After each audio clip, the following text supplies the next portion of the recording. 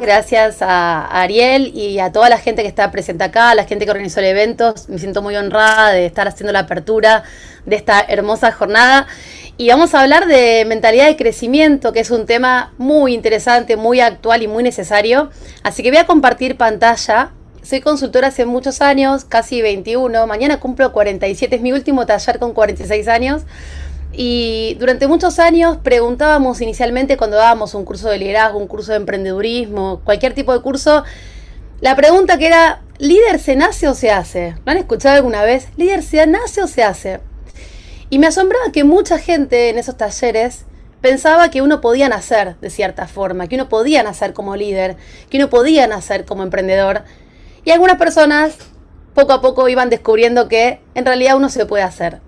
Y el Growth Mindset y la mentalidad que vamos a trabajar hoy, el mindset que vamos a trabajar hoy, un poco nos interpela a pensar, bueno, ¿qué significa esto de tener este tipo de mentalidades, la mentalidad fija, la mentalidad de crecimiento, tanto en lo individual como en las organizaciones? Vamos a empezar por lo individual, porque es difícil pensar en un tema corporativo si no pensamos primero en cómo nos interpela a nosotros mismos.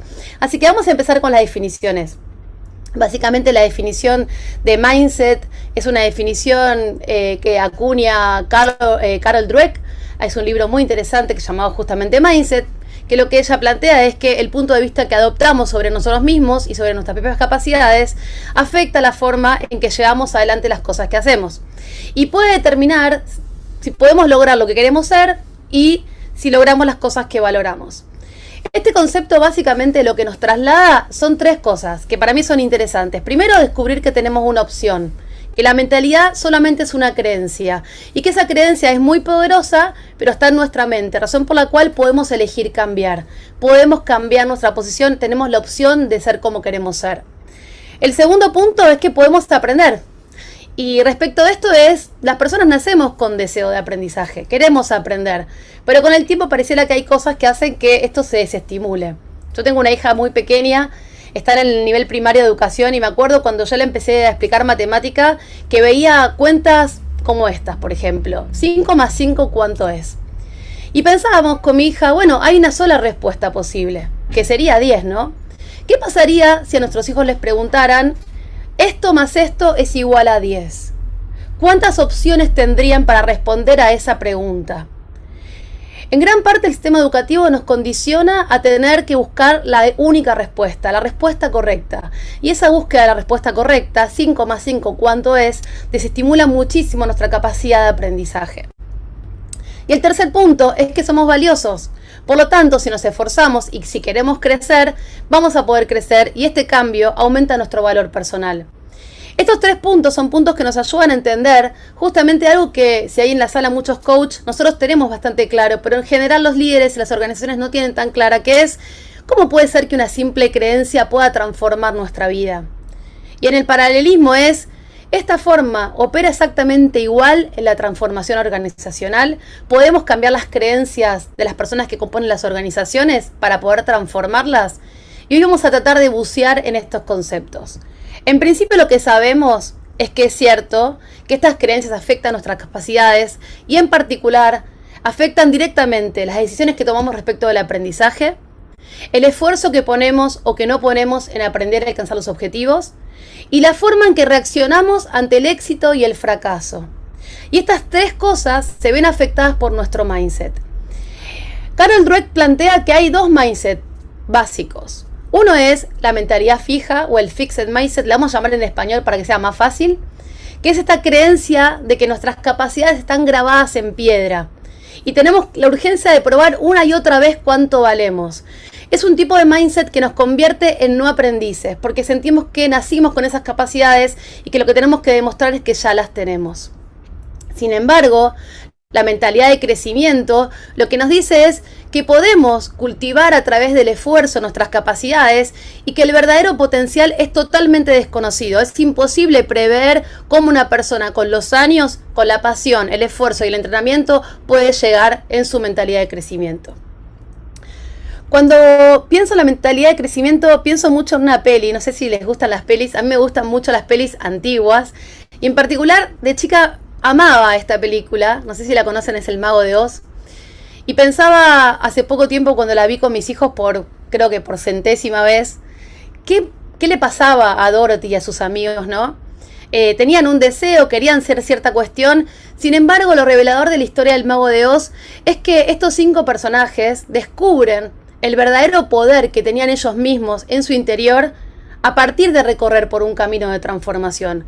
Ellos tenían la voluntad que Dorothy necesitaba, la sabiduría, el espantapájaro, el amor del hombre de hojalata y el valor que tenía el león estaban ahí, simplemente necesitaban salir a buscarlo y encontrarlos en ellos mismos, ¿no? Creo que es interesante esto como metáfora, porque muchos de nosotros vemos estas películas y decimos, ¿qué es lo que buscaban estos personajes? Si no estaba dentro de ellos mismos esto que estaban buscando, ¿no?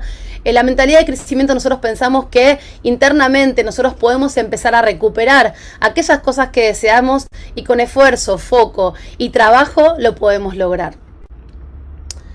¿Alguna vez alguien te dijo que eras bueno en algo y que no eras bueno y terminaste aprendiéndolo? ¿Te pasó? A mí me pasó una vez muy, muy fuertemente cuando empecé a correr fuerte. Yo corría carreras como muchos en Buenos Aires, de 10 kilómetros. En realidad me gustaba mucho correr 21 kilómetros y entrenaba con un equipo de alta performance. Y yo no era de alta performance, era una persona más, amateur. Pero tenía muchas ganas de correr la maratón de Buenos Aires de 42 kilómetros. Fue en el año 2006. Y nuestro entrenador nos dijo a algunos que no podíamos correr, que no estábamos preparados para correr, que eso era algo que teníamos que preparar con el tiempo, que era para los de alta performance, para los profesionales. Y la verdad es que yo sentía que sí podía correr y lo quería probar. Y me anoté medio sin contarle a mi entrenador que me había anotado. En realidad mi equipo no sabía que yo iba a correr. Tenía muchas ganas de correr. Y cuando empezó la carrera era un día de mucha lluvia, no sé si alguien corrió esa carrera, fue una carrera muy épica, carrera 2006 de 42 kilómetros de Buenos Aires, llovía mucho, mucho, mucho, y todo mi equipo estaba acompañando a uno de los compañeros que era alta performance, que estaba corriendo y que de hecho la corrió muy bien. Y cuando llegué al estadio River Plate a los 42 kilómetros, ahí estaba mi preparador físico, y me dijo algo que a mí me dejó marcada para siempre. Me dijo, esta carrera uno la corre con la cabeza, no la corre con el cuerpo, ¿no? Y a mí me quedó marcado esto. ¿Cuántas veces mi entrenador me dijo que yo no podía correrlo?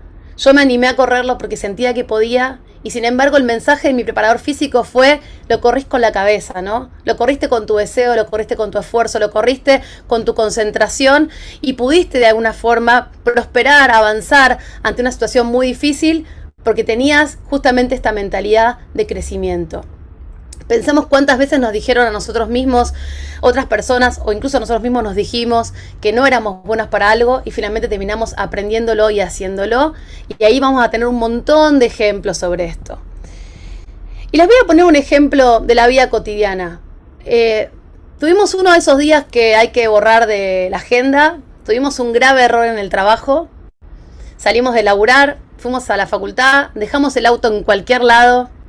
Nos hicieron una multa. Y cuando llegamos, encima la nota del parcial que íbamos a buscar era bastante mala. ¿Qué pensaría una persona de mentalidad fija frente a estos problemas, no? Primero todo lo que diría es, soy un fracaso. Soy una perdedora. Trágame tierra, no puedo más. Por supuesto va a pensar que la vida es injusta, que todos sus esfuerzos son inútiles, que es la persona más desafortunada del planeta. Yo decía, me hizo pis un elefante cuando tenía ganas de decir esa clase de frases. ¿Y qué hacíamos? ¿O qué se puede hacer cuando uno tiene esta mentalidad? ¿Qué tendemos a hacer? ¿O hacemos nada? ¿O nos encerramos en el placar a llorar? ¿O rompemos algo? ¿O gritamos? Porque la mentalidad fija lo que crea es una sensación de fracaso y de parálisis muy importante. Sin embargo, frente a estas mismas dificultades, la mentalidad de crecimiento lo que nos convoca es, a pesar de la angustia, a pesar de la preocupación, asumir nuevos riesgos, afrontar estos desafíos, a trabajar para ellos, a entender que tengo que esforzarme más en las clases, a que tengo que tener mayor cuidado donde dejo el auto y que tengo que conversar con quien tuve ese error para tratar de aprender de él. Son dos enfoques completamente diferentes frente a la misma situación y un poco lo que estas mentalidades nos plantean es qué desafíos tenemos que cumplir para empezar a ser cada vez personas que tengamos mayor mentalidad abierta. Y una de las preguntas que me parecen importantes que nos hagamos, acá hay varias, tiene que ver con algunas coordenadas que nos pueden dar pistas. Por ejemplo, Perdemos el tiempo demostrando mucho lo que somos, lo bueno que somos, en vez de ponerle foco a lo que podríamos mejorar. Atención, porque podemos estar frente a una tendencia a mentalidad fija. Somos los que barremos la mugre abajo de la alfombra, ocultamos los errores y las deficiencias en lugar de superarlas. Somos negadores de las cosas que nos pasan. Buscamos alrededor nuestro un entorno que no nos desafíe, gente que nos adule, gente que nos diga lo bueno que somos, o somos capaces de enfrentarnos con personas que sean personas que nos challengeen. Y por último, ¿buscamos jugar a lo seguro? ¿Trabajamos siempre en la zona de confort? ¿O buscamos experiencias que nos sacan de ahí? En definitiva, lo que Carol Dweck nos plantea es que la mentalidad fija nos hace estar muy pendientes de cómo nos van a juzgar, y la mentalidad de crecimiento nos hace sentir todo el tiempo preocupación por sobre cómo mejorar. Ahora, las coordenadas respecto de algunas cuestiones básicas de lo que las organizaciones hoy se preguntan también están definidas desde este concepto. Respecto del éxito, para las personas de mentalidad fija, consiste básicamente en demostrar que somos inteligentes, talentosos y validarnos. Sin embargo, para la gente que tiene capacidad y mentalidad de crecimiento, se trata de esforzarnos para aprender algo nuevo, para desarrollarnos. Si hablamos del fracaso, para las personas de mentalidad fija, el fracaso te expone lo poco inteligente o talentoso que sos. Y también te define, y esto es algo muy importante. El fracaso en la mentalidad fija nos define. Pasa de ser una acción, fracasé en esto, a una identidad. Soy un fracasado o una fracasada. Sin embargo, en la mentalidad de crecimiento, el fracaso es justamente no crecer, no alcanzar las cosas que deseamos, no desarrollar nuestro potencial. Es un problema que hay que afrontar, hay que tratar y aprender de él. Me acuerdo que yo cuando empecé el CBC, yo venía de la química y me costaba un montonazo estudiar materias humanísticas. Y me enfrenté con Sociedad y Estado, que era la primera materia de la UBA donde tuve que empezar a escribir cosas que no eran fórmulas. Y me acuerdo la dificultad enorme que tenía frente a ese desafío y lo que tuve que aprender para superarla. Cuando entré en la facultad de psicología, me pasó lo inverso. Los psicólogos que estaban ingresando a la facultad no podían con la matemática para psicólogos. Si hay algún psicólogo en la sala que comparta cómo fue pasar por la primera materia de la carrera, que era matemática para los psicólogos. Toda la vida nos dijeron que las matemáticas no eran para los psicólogos, que los psicólogos éramos de otro lugar. Yo lo que intenté hacer cuando fui ayudante en esa materia fue empezar a pensar cómo desafiábamos a las personas que querían ser psicólogos a que se amiguen con las matemáticas, a que entienden que detrás de las matemáticas había que afrontar un desafío, había que salir de la zona de confort y que era posible que alguien que estudiara una humanística pudiera aprender las matemáticas. Me llevaba pelotas de básquet, hacía lo que yo podía para estimular el aprendizaje de mis colegas y finalmente era una cátedra que la gente quería venir porque era muy divertido y la gente aprendía del fracaso, justamente a abrir su mente y poder disfrutar también de esa capacidad de aprender algo tan disruptivo como las matemáticas. Otra cosa que Carol Dweck nos plantea es algo sobre el esfuerzo. Para la mentalidad fija, el esfuerzo es algo malo. Al igual que el fracaso significa que no sos inteligente, no sos talentoso, por lo tanto necesitas esforzarte. Si fueras talentoso no necesitarías tanto esfuerzo para hacerlo. Sin embargo, para las personas de mentalidad abierta, de mentalidad de crecimiento, justamente el esfuerzo es lo que nos hace inteligentes y talentosos y hace que nos preocupemos por mejorar. Volviendo un poco al ejemplo de las carreras, muchos de nosotros, no sé si alguien en la sala corre carreras porque no puedo ver el chat, pero una de las cosas más lindas que hay en las carreras es quedarse a ver a los últimos que llegan. Por lo general los deportistas de mentalidad fija cruzan la meta y se van. Y muchos nos quedamos a ver el esfuerzo de los que van llegando últimos. Quizás en los 10K pueden llegar a la hora y media, los mayores, las personas que realmente tienen dificultades, y nos quedamos a aplaudir esa llegada, porque entendemos que en el esfuerzo está el talento y está la pasión por lo que hacemos. Así que esto de poder valorar el esfuerzo, de poder aplaudir el esfuerzo, es algo que las personas con mentalidad de crecimiento desarrollamos constantemente. Algo vinculado con el perfeccionismo. Para la gente de mentalidad fija, el perfeccionismo tiene que ser ya. Es no cometer ningún error y es algo que buscamos de forma inmediata. Sin embargo, en la mentalidad de crecimiento no es inmediata y justamente se trata de aprender con el tiempo, de perfeccionarnos con el tiempo. No significa que las personas de mentalidad de crecimiento no sean perfeccionistas, sino que se entiende cuán difícil es y cuánto hay que trabajar para lograrlo. Trabajar algo durante mucho tiempo para empezar a entenderlo y a partir de ahí enfrentar ese reto e ir perfeccionándonos. Pienso en todos los paradigmas que hoy estamos trabajando respecto de la prueba y el error como parte justamente de la perfección, como parte de ir aprendiendo y reduciendo la incertidumbre que hoy nos rodea en los contextos de alta complejidad. Por lo tanto, es importante preguntarnos qué mentalidad tenemos de estas dos, a dónde nos gustaría ir y qué mentalidad nos va a llevar ahí realmente. Yo me preguntaría y les pido que reflexionemos individualmente, cada uno de ustedes, y un poco en fantasía, qué cosas te gustaría empezar a hacer, que no hiciste quizás porque tenés miedo, porque no sabés, porque sentís que no es para vos. ¿Qué cosas te gustaría retomar que dejaste en el camino? Y una cosa que a mí hoy me interpela principalmente es cómo estoy educando a mis hijos respecto a estas mentalidades. Y también cómo fui educada yo. Porque, bueno, ahí también tenemos un modelo, pero principalmente pensar, bueno, cómo estamos generando estas conversaciones y cómo estamos trabajando para que nuestros hijos tengan estas mentalidades de crecimiento, que son además las que hoy nos van a llevar a poder tener mayor éxito en el mundo del trabajo. Hay una frase muy linda de Barber que dice: no divido el mundo entre los débiles y los fuertes, o en los exitosos y los fracasados, sino en los que aprenden y los que no aprenden, ¿no? Y un poco pensando en esto, les traje algunas imágenes para que vean de personas que cuando empezaron mal. ¿Qué tienen en común estas personalidades? Estas, por poner otros ejemplos, ¿no? Son personas a las que le dijeron que no iban a poder. Elvis Presley, Amy Winehouse, Darwin, Oprah, J.K. Rowling, Michael Jordan. Son todas personas que cuando empezaron sus primeros pasos en sus carreras les dijeron que no eran buenas, que no iban a funcionar, que no iban a triunfar. Entonces yo me pregunto, ¿no es el potencial, la capacidad de alguien para desarrollar sus habilidades? ¿Y cómo podemos saber hasta dónde va a llevar el esfuerzo y el tiempo a una persona, no? Y en esta filmina no hice una representación cultural. Hay muchas más mujeres incluso. Acá hice una mitad y mitad para tener equidad, pero muchas mujeres ni siquiera pueden intentarlo, ¿no? Entonces yo me pregunto cuántas veces nos dijeron que no podíamos hacer algo y lo dejamos de hacer antes de empezarlo, o los primeros pasos y nos fuimos para atrás. Bueno, estas personas, estos ejemplos, son ejemplos de que es posible avanzar, pero esto requiere romper muchísimos paradigmas, ¿no? Y en definitiva, entender que todas las personas nacemos con amor al aprendizaje, que no tenemos que bajarnos de esa ola, ¿no?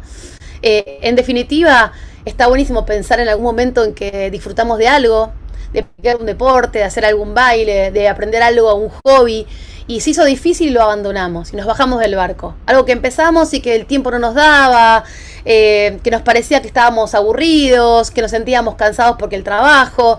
Bueno, tratamos de pensar la próxima vez que nos pase que quizás estamos frente a una situación que nos tenemos que enfrentar a nuestra mentalidad fija.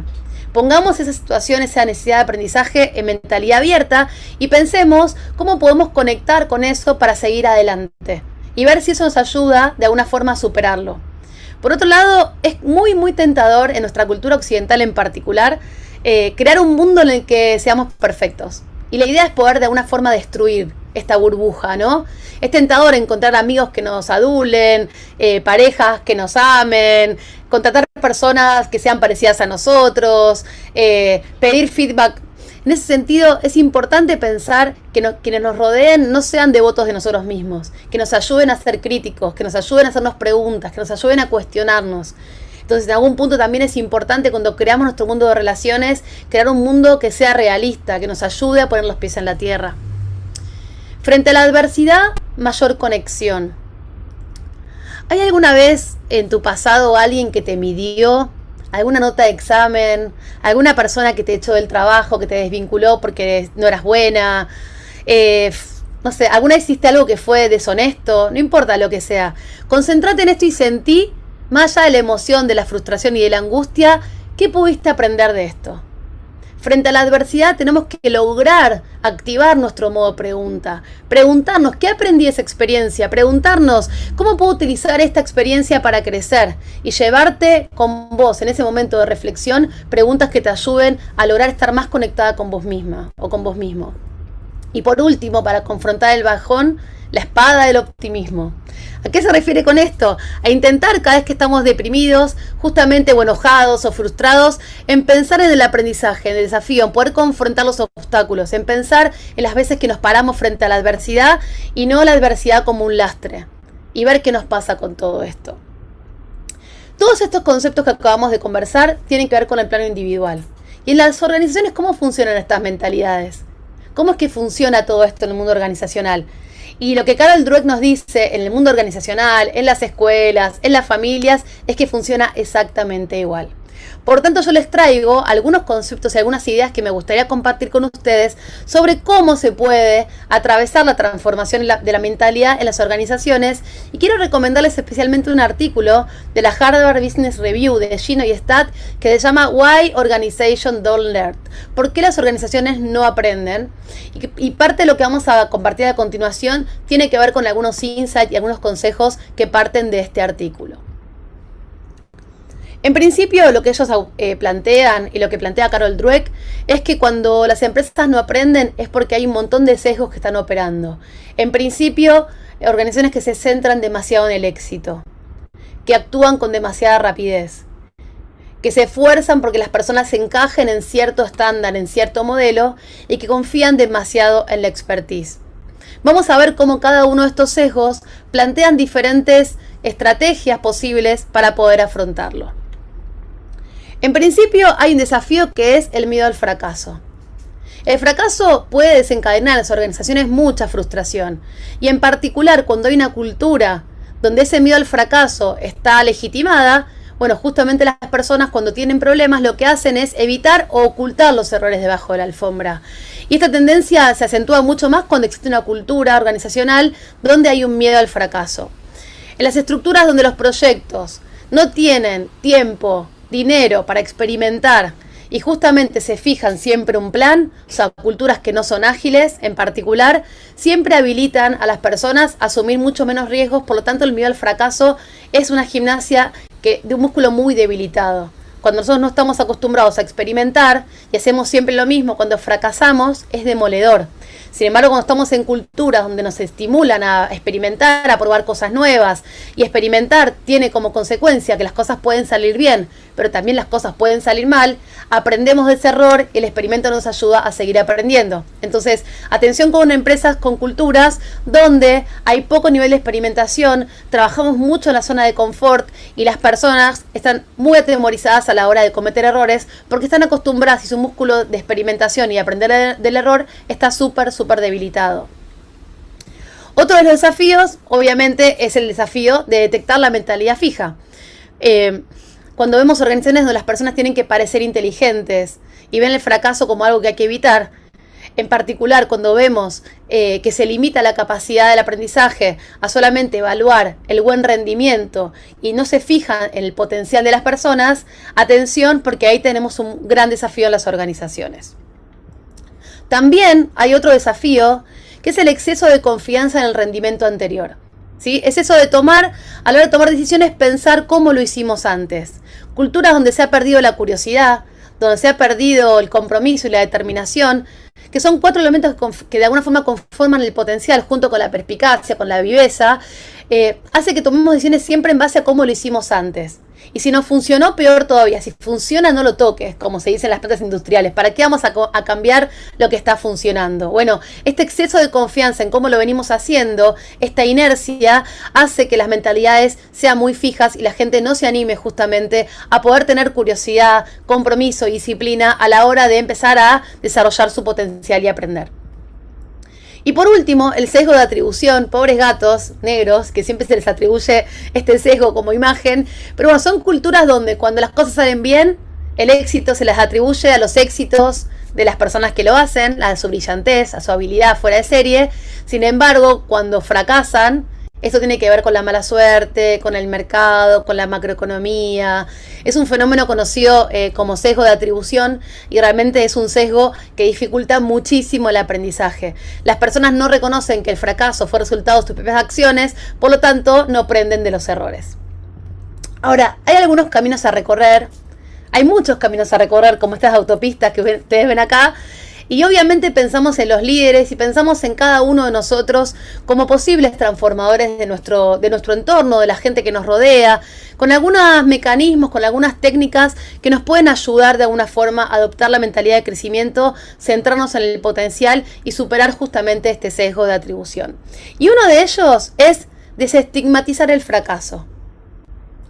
Insistir constantemente en que los errores son oportunidades de aprendizaje y no un motivo de vergüenza y mucho menos un motivo de castigo. Y tener a personas, en particular a líderes, que actúen de forma que se refuerce constantemente este mensaje. Preguntarse en equipo, ¿asumimos los riesgos en el transcurso del día a día? ¿Somos capaces de apoyar o castigar los riesgos y los problemas de mi equipo? ¿Qué emociones asumimos a la hora de fracasar como equipo? ¿Qué emociones nos habilitan a fracasar como equipo? Tener conversaciones tanto sobre el plano de cómo reaccionamos frente a los fracasos, así como qué emociones habilitan que podamos vivirlos de forma plena, de que podamos asumirlos y que podamos sacar provecho de estos fracasos como oportunidades de aprendizaje. Otro de los puntos y de las cosas que nos propone esta salida o esta transformación cultural es adoptar justamente y enseñar lo que significa la mentalidad de crecimiento. Y esto de alguna forma nos convoca a cuestionar nuestro propio pensamiento a la hora de analizar, bueno, esta persona puede mejorar. Visibilizar las mejoras que hemos tenido o que ha tenido esa persona y no quedarnos estancados con impresiones iniciales. También es muy interesante, y yo lo hago mucho desde el plano apreciativo, que es recolectar historias donde empleados de alto rendimiento que se dedicaron a su trabajo fracasaron y pudieron aprender y pudieron triunfar.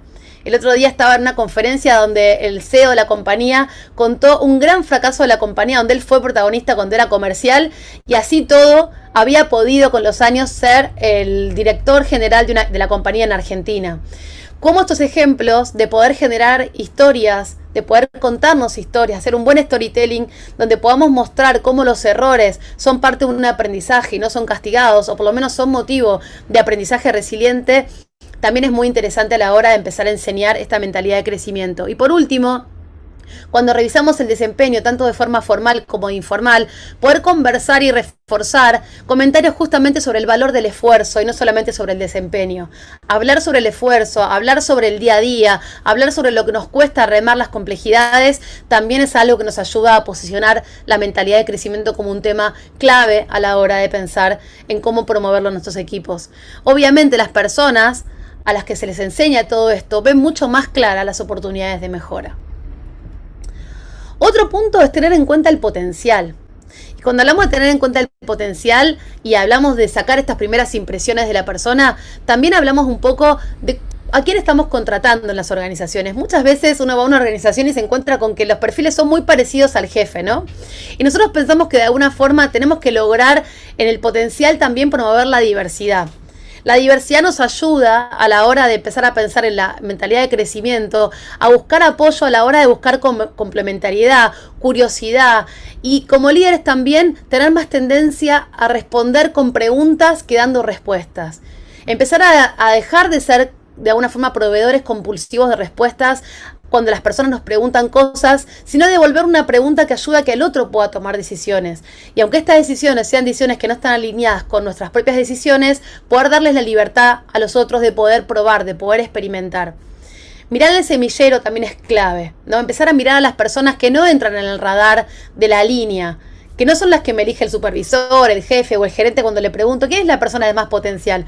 Empezar a mirar realmente en toda la diversidad de personas con las que trabajamos para empezar a descubrir qué es lo que cada una de las personas tiene para aportar a este equipo y tiene para aportar al futuro de la organización.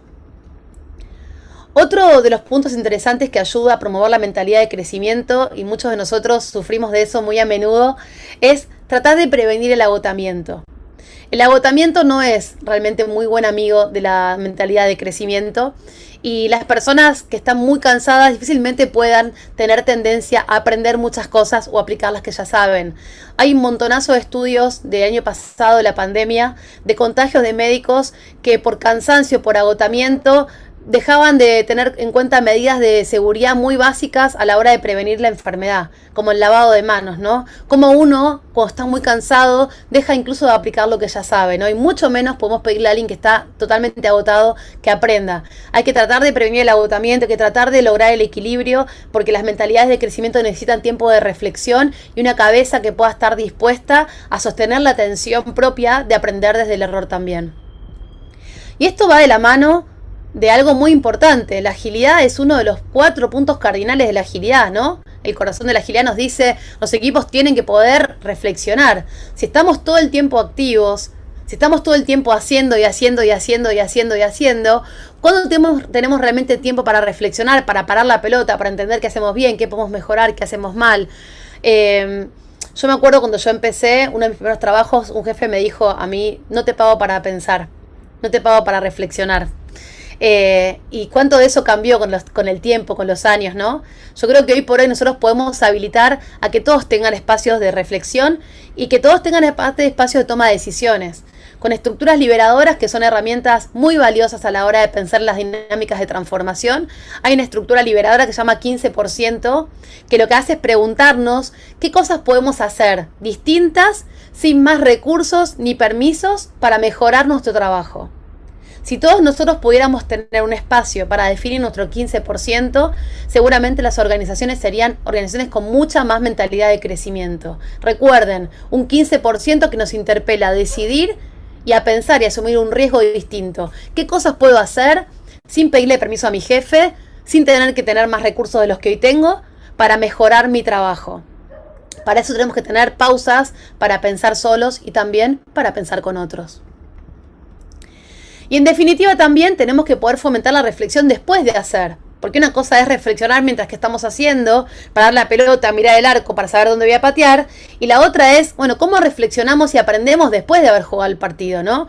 En ese sentido, entender que parte de la reflexión posterior tiene que ver justamente con el aprendizaje.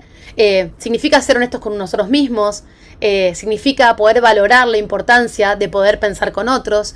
Y una forma muy interesante que propone la agilidad para esto se llaman retrospectivas. Ayer hablaba con un agilista amigo y acordábamos algo. Si pudiéramos dejarle un legado a cualquier gobierno, cualquier empresa, cualquier escuela, cualquier biblioteca, lo único que le diríamos sería hagan retrospectivas. Hacer retrospectivas es realmente una herramienta clave, y la retrospectiva lo que nos pide simplemente es que nos reunamos en equipo a hablar de lo que acabamos de vivir, de nuestra experiencia, de lo que acabamos de producir. Refuerza justamente este espacio, las premisas propias de la mentalidad de crecimiento, la experimentación, las pruebas, el aprendizaje, el uso compartido, el crecimiento, la capacitación. También nos dan un lugar seguro para que podamos, como miembros del equipo, compartir los desafíos a los que nos enfrentamos, y también permite que el equipo discuta de forma abierta y de forma colaborativa las formas de superar estos desafíos o estos problemas. Las retrospectivas permiten que los equipos tengan un crecimiento en su mentalidad que sea sostenible en el tiempo. Para los que no saben lo que es una retrospectiva, básicamente la retrospectiva tiene una estructura de conversación muy básica: qué salió bien, qué podría haber salido mejor, qué hemos aprendido. Y el rol del líder en esas conversaciones es de mantener la seguridad psicológica en el equipo y lograr mayor apertura. Una de las retrospectivas más conocidas quizás para nosotros es la Estrella de Mar, donde lo que hacemos es preguntarnos 5 cosas. ¿Qué cosas tenemos que empezar a hacer? ¿Qué cosas tenemos que dejar de hacer? ¿Qué cosas tenemos que hacer más? ¿Qué cosas tenemos que hacer menos? ¿Y qué cosas tenemos que seguir haciendo como las estamos haciendo? Si son 5 puntas de conversación que ayudan muchísimo justamente a tener este músculo de poder analizar de forma retrospectiva, al haber terminado un proyecto, una tarea o enfrentarnos a una dificultad, cómo podemos como equipo ir fomentando nuestro desarrollo y nuestro aprendizaje, tanto individual como colectivo. Otro punto súper interesante de lograr potenciar de alguna forma la mentalidad de crecimiento de las culturas es potenciar la identidad, la individualidad.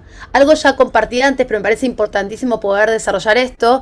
Es tratar de que las personas que aprendimos con el tiempo, con la educación, con los primeros trabajos, de alguna forma a seguir normas y reglas organizacionales, y nos esforzamos mucho por intentar encajar, que ese poder estar adaptado a las organizaciones no haga que perdamos nuestra individualidad individualidad, que perdamos nuestra singularidad, porque la diversidad hoy por hoy es valorada, es ideal para enfrentar la complejidad y para enfrentar el contexto de aprendizaje. Steve Jobs decía una frase que muchos de nosotros quizás valoramos un montón, si no la conocen se las dejo para que la noten: no tiene sentido contratar a las personas inteligentes para decirles lo que tienen que hacer, contratamos a personas inteligentes para que nos digan lo que tenemos que hacer, ¿no? Y pensemos cuando reclutamos a gente joven, a gente nueva, a esa gente que viene fresca a las organizaciones, ¿para qué los llamamos? Y qué importante que es que vengan con su identidad, que sean capaces de adaptarse a nuestra cultura, pero también que vengan con ideas nuevas y que vengan con su identidad bien firme para poder ponerle un elemento distinto a la alquimia que hoy generamos en las organizaciones. Hay un truco más, entre comillas, si podríamos llamarle truco, pero una cosa más que podemos probar, que es ponerle foco a la utilización de las fortalezas. Esto de poder empezar a focalizar en las fortalezas es muy importante y también está vinculado con la individualidad. Si nosotros logramos que las personas se distingan en la multitud de colaboradores que somos, que sean individuales, que sean distinguibles, que tengan sus particularidades, que puedan ejercer sus puntos fuertes con libertad, que puedan ser curiosos, que puedan amar el aprendizaje, que puedan ser perseverantes y que puedan identificar oportunidades de mejora y que puedan aprovecharla, podemos lograr desarrollar al máximo las fortalezas que trae cada uno, sin tener miedo a que su crecimiento nos ponga en cuestionamiento a los que ya estamos en ciertas posiciones jerárquicas. Nosotros hace mucho le llamábamos el serruchito, no sé si recuerdan esa forma de llamarlo, que era, bueno, muchos jefes tenían miedo que la gente crezca, desarrolle sus fortalezas, porque estaban con un serruchito, serruchándoles el piso, ¿no? Hoy sabemos que los líderes tenemos que trabajar en hacer crecer esas fortalezas, en tratar de potenciar esas fortalezas, y que los líderes tenemos de alguna forma que ayudar a la gente a combatir esa tendencia a encajar y a poder liberarse para ser ellos mismos.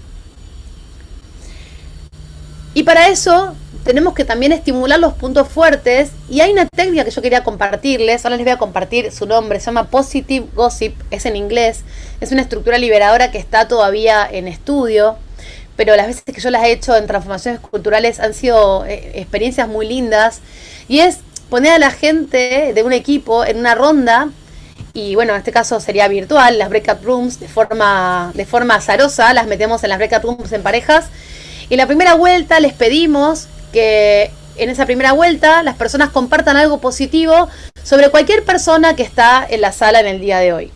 Que elijan a alguna persona de la sala y que le comenten al otro un rumor positivo, algo que ven positivo sobre esa persona. En la segunda vuelta hacemos otro random en la sala del Zoom y le pedimos a esa pareja que se enfrenta que comparta un chisme positivo sobre una persona que me haya ayudado en lo personal a sobrepasar alguna dificultad. Entonces pasamos de la primera vuelta de contar en general algo positivo de alguien, a la segunda vuelta a compartir algo sobre alguien que me ayudó, ¿sí? Y la tercera vuelta, que es la última vuelta, esa donde queremos llegar, estamos caldeando el ambiente, lo que hacemos es cuando se enfrenta al azar con la tercera persona, que le diga directamente, sin decirle mucho más, qué es lo que valora de esa persona, directamente a los ojos. Y de alguna forma, esta experiencia de Positive Gossip lo que nos hace es empezar a generar cuán importante es esto de poder destacarnos, de poder darnos, de que estos rumores de cuán buenos somos se empiecen a dar de forma frontal. Luego de esta experiencia, los que la quieran probar, pruébenla porque es muy linda y es muy emocionante.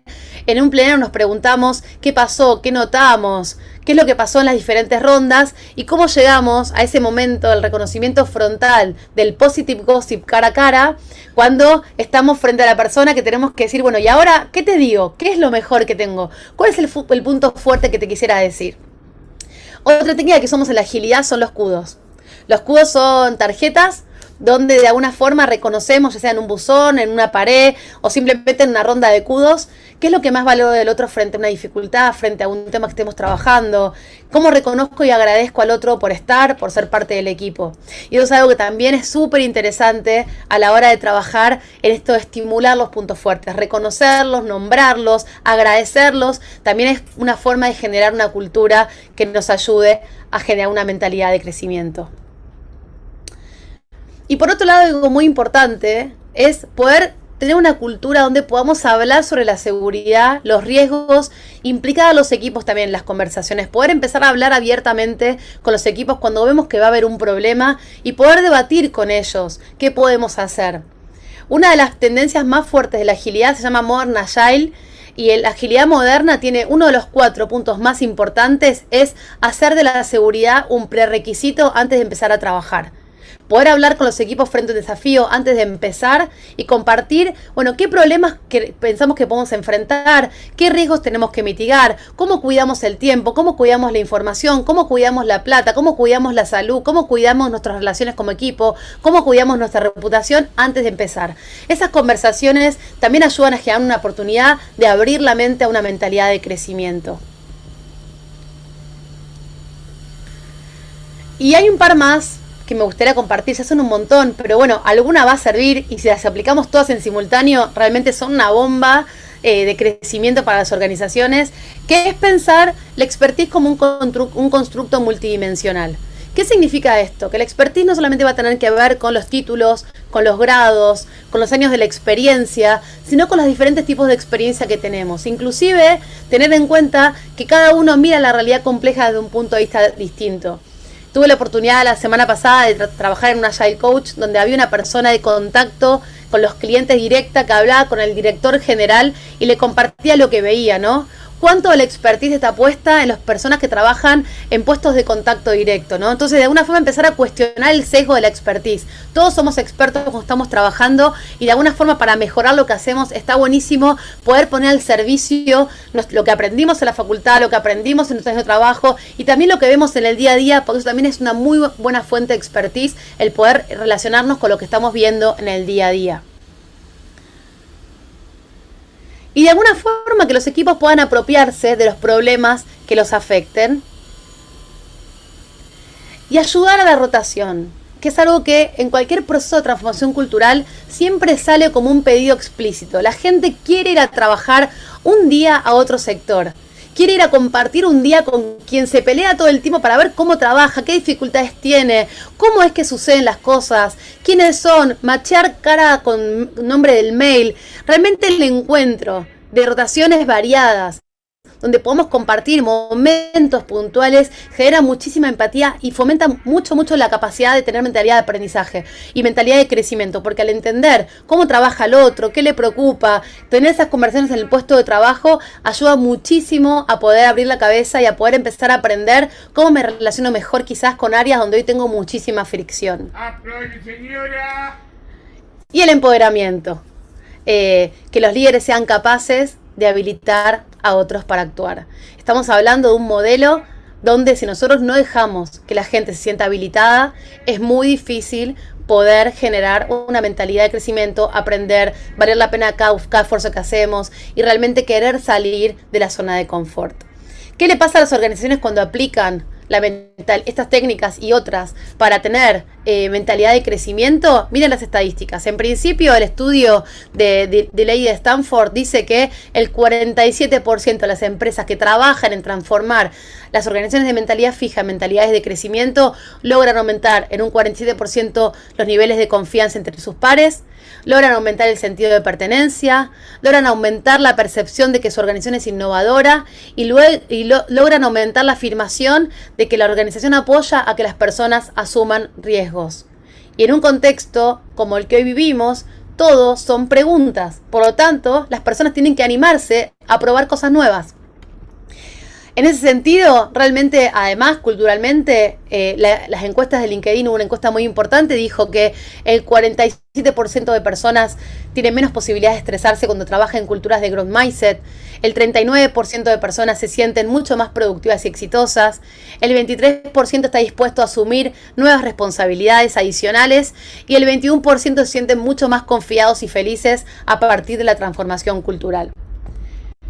Todo lo que vimos y más está en estos dos y un libro adicional, Mindset de Carol Dweck, Mindset, cómo encontrar Fulfill Your Potential, y uno que es muy interesante es el de Angela Ducrop, que es Grit, Es un libro altamente recomendable también, sobre una autora que realmente es muy, muy genial.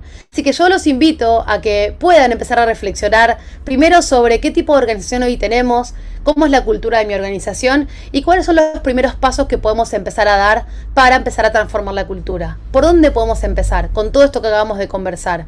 Quiero empezar a generar retrospectivas, quiero empezar a pensar cómo valoramos el potencial. Bueno, todo esto que hoy vimos nos presenta un montón de escenarios para poder trabajar en esto, así que yo los invito a que se puedan de alguna forma lanzar a la hora de empezar a pensar cómo podemos transformar nuestra cultura y cómo podemos ser protagonistas de la transformación. Muchas, muchas gracias. Cintia, un placer escucharte. Estuvimos aprendiendo muchísimo a lo largo de los minutos que duró tu presentación y también por eso nos llegaron algunas preguntas que queremos transmitírtelas. Te vamos a pedir que para que podamos formular todas las preguntas, que seas lo más concreta y sintética posible para que entren todas en tiempo. En primer lugar, vos pusiste el ejemplo de Dorothy, y se ve que ese paralelismo que armaste con esa película del Mago de Oz quedó ahí flotando porque preguntan cómo hacemos para mantener la motivación como Dorothy, o sea, el concepto de nunca caer en la curva y todo el tiempo mantener la motivación. A ver, en realidad creo que es importante entender que cuando uno tiene una mentalidad de aprendizaje, todo el tiempo vemos la oportunidad de crecimiento detrás de esto, ¿no? Vemos la oportunidad de entender que detrás de cada dificultad hay un desafío, un nuevo desafío, y que también el techo está muy alto.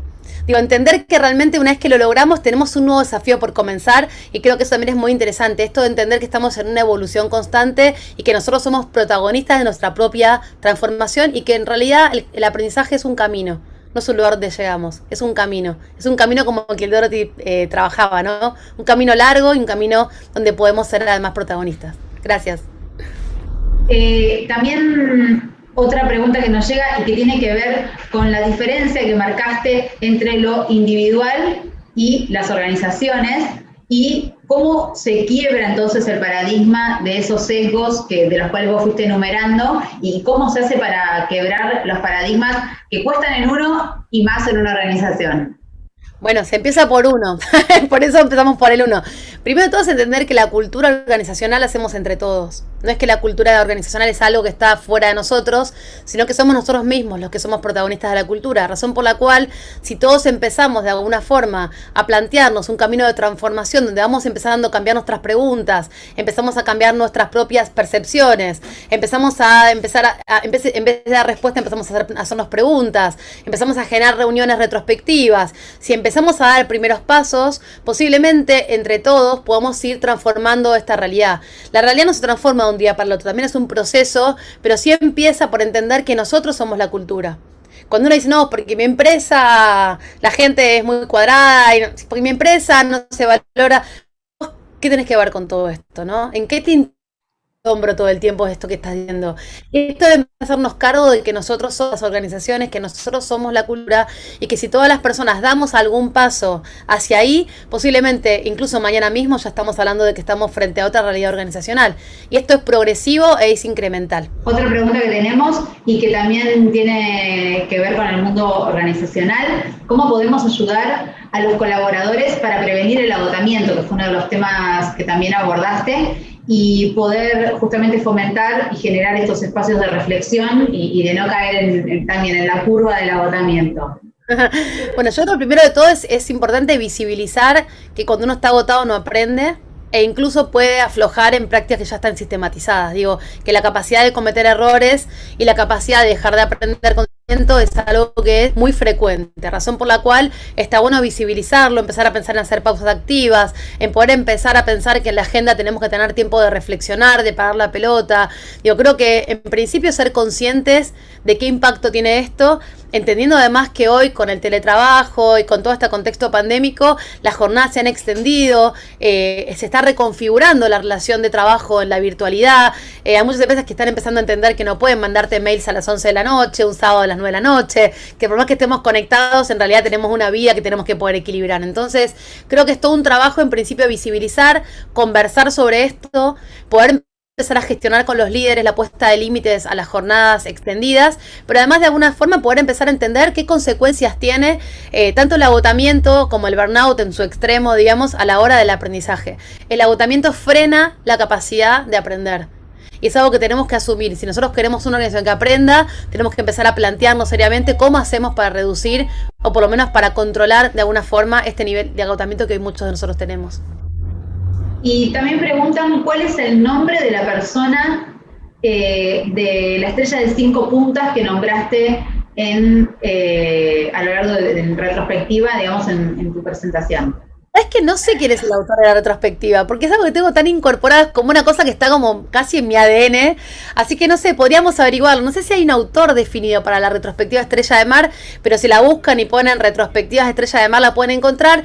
Y otro dato importante, hay una página web llamada Retromat, la pueden buscar, Retromat, donde hay un montón de retrospectivas posibles. Hay muchas retrospectivas, creo que tiene como 140 retrospectivas. Así que... Muy bueno el dato que comentás, si querés repetir el sitio. Es www.retromat. Busquen Retromat en Google y lo van a encontrar. Es un trabajo maravilloso donde se recopiló todas las retrospectivas que existen, que se conocen de forma amateur y de forma profesional, y se generó esta web donde realmente hay una cosa muy interesante en cómo generar los 5 pasos de la retrospectiva. Así que si no les gusta la Estrella de Mar, busquen el Retromat, y si les gustó la Estrella de Mar, que es una buena forma de empezar a hacer retrospectivas, busquen Estrella de Mar y la van a encontrar. Es muy fácil y además es muy impactante cómo los equipos empiezan a ejercitar el músculo de reflexionar y de aprender juntos a partir del uso de las retrospectivas. Muchas gracias, Cintia, por tu tiempo, Gracias por haber contestado todas estas preguntas y por supuesto por tu presentación, que fue sumamente enriquecedora. Muchas gracias y será hasta la próxima. Muchísimas gracias. Hasta luego.